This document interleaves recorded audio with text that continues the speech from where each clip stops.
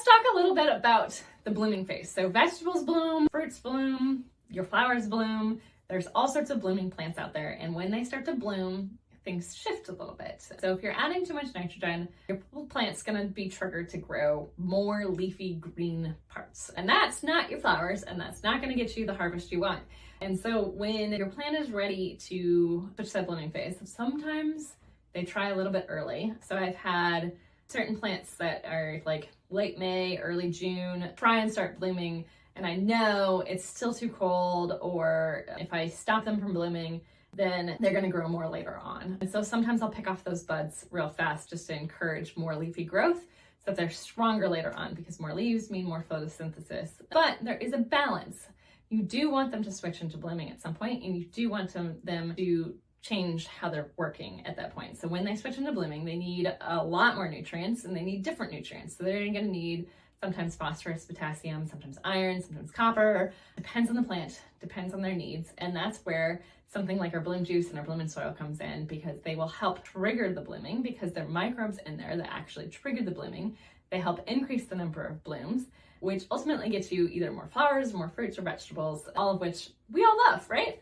And so switching to that at the right moment is a good thing. If you switch early, it's okay. You're gonna make mistakes. Again, write it down in your journal and make that note of, maybe I shouldn't have done that this year. And as long as it's not frosty outside when you planted these things, your plants are gonna be okay. Maybe you get a little lower harvest, you're still gonna get a harvest, and that's ultimately what we're after. So don't beat yourself up too bad if you've maybe added bloom juice too early. You can even use bloom juice with your indoor plants that flower. So I've got some amaryllis, some Christmas cactuses, Thanksgiving cactuses, all the blooming cactuses that I use bloom juice on, and it helps trigger those succulents, those amaryllises to bloom, especially this time of year, which is extremely beautiful for the holidays if you're getting ready for centerpiece, or just having company in town, or enjoying the holidays in your own house.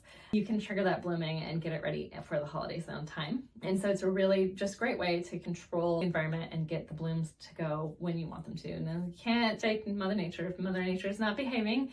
It's still too cold outside, or there's not enough sunlight or something. Sometimes blooms don't happen, but you can give yourself a little boost by using something like our bloom juice.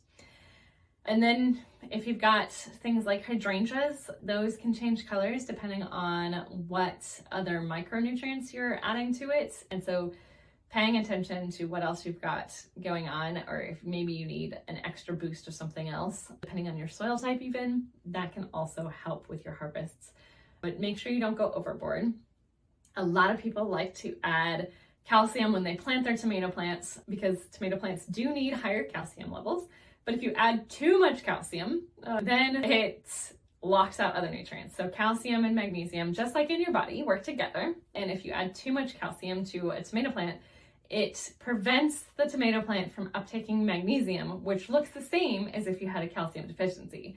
So if you are looking back at your gardening season this year and you're like, I added calcium to my tomato plants, I had a special fertilizer, I've crushed up eggshells and I put it in there, and I still got blossom end rot, you need to start looking at some other issues. Maybe cut back on that calcium and see if maybe you accidentally caused calcium lockouts. Our bloom juice and our bloom in soil all have calcium in it.